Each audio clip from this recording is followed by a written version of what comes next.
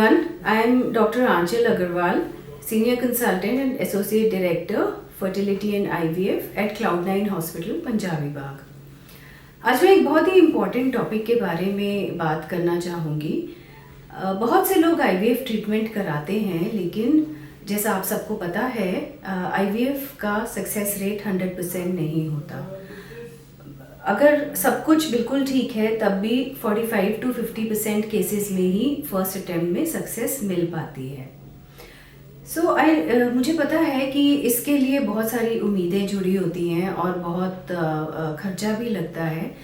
आपके लिए भी और हमारे लिए भी as a treating IVF team ये बहुत ही निराशाजनक होता है। तो मैं आपको कुछ ऐसे रीज़न्स बताना चाहूँगी जिसकी वजह से IVF फेल हो सकता है हमारी भरपूर कोशिश के बावजूद भी। सिंपली अगर मैं समझाऊँ तो IVF की सक्सेस मेनली दो चीज़ों पे डिपेंड करती है। जो एम्ब्रियो हम ट्रांसफ़र करते हैं उसकी क्या क्वालिटी है, और जो एंडोमेट्रियम है, जो यूट्रस की लाइनिंग है, वो उसकी रिसेप्टिविटी कैसी है, वो एम्ब्रियो को चिपकाने के लिए कितनी तैयार है। अभी एम्ब्रियो की क्वालिटी इन टर्न, एम्ब्रियो दो चीज़ों से मिलकर बनता है। जब हम लेडी से एग लेते हैं और हस्बैंड से स्पर्म लेते हैं, तो दोनों की क्वालिटी कैसी है, उसके बाद दोनों को फर्टिलाइज होने के बाद एम्ब्रियो कैसा बना है, वो कैसा ग्रो कर रहा है, ये हमारी day to day, hour to hour की ग्रेडिंग होती है। और इसी से हम डिटरमिन करते हैं कि एम्ब्रियो की क्वालिटी कैसी है। एंडोमेट्रियम जो यूट्रस की लाइनिंग है, वो बेसिकली वो मिट्टी है जिसके अंदर हम पौधा लगाएंगे। तो एंडोमेट्रियम की थिकनेस कैसी है ये हमें अल्ट्रासाउंड में पता लग जाता है। जब तक मिट्टी उपजाऊ नहीं होगी तब तक उसमें बीज पौधा नहीं बनेगा। तो इसी तरह से जो यूट्रस की लाइनिंग है उसकी थिकनेस भी ठीक होनी चाहिए, उसके अंदर ब्लड फ्लो भी एडिक्वेट होना चाहिए। जब हम अल्ट्रासाउंड में देखते हैं तो हम थिकनेस देखते हैं, ब्लड फ्लो देखते हैं, कंसिस्टेंसी देखते हैं, लेकिन ये सब ठीक होने के बावजूद भी उसमें माइक्रोस्कोपिक मॉलिक्यूलर लेवल पे क्या हो रहा है ये पता करना बहुत मुश्किल होता है।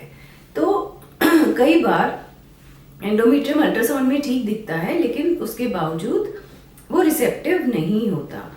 तो बेसिकली ये सब रीजंस होते हैं जिसकी वजह से IVF साइकिल फेल हो सकता है।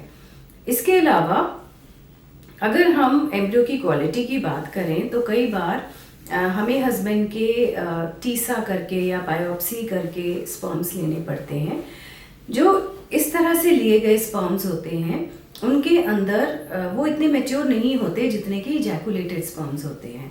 तो इसीलिए उनके अंदर माइक्रोस्कोपिक लेवल पे कुछ जेनेटिक डिफेक्ट्स हो सकते हैं जिसकी वजह से एम्ब्रियो की क्वालिटी अच्छी नहीं बनती। या फिर लेडी में अगर एंडोमेट्रियोसिस है, पुअर ओवेरियन रिजर्व है, लेडी की एज ज़्यादा है, ये कुछ फैक्टर्स हैं, डायबिटीज़ है, जिसकी वजह से एग की क्वालिटी पुअर हो सकती है। सो बेसिकली फ्रॉम बिगिनिंग, शुरू से लेकर एंड तक बहुत सारे मल्टीपल रीजंस हो सकते हैं जिसकी वजह से IVF साइकिल फेल हो सकता है। लेकिन एक IVF साइकिल फेल होने का मतलब ये नहीं है कि हम निराश हो जाएं, बिकॉज़ दोबारा ट्राई करने पर बहुत सारे कपल्स को सक्सेस मिल जाती है।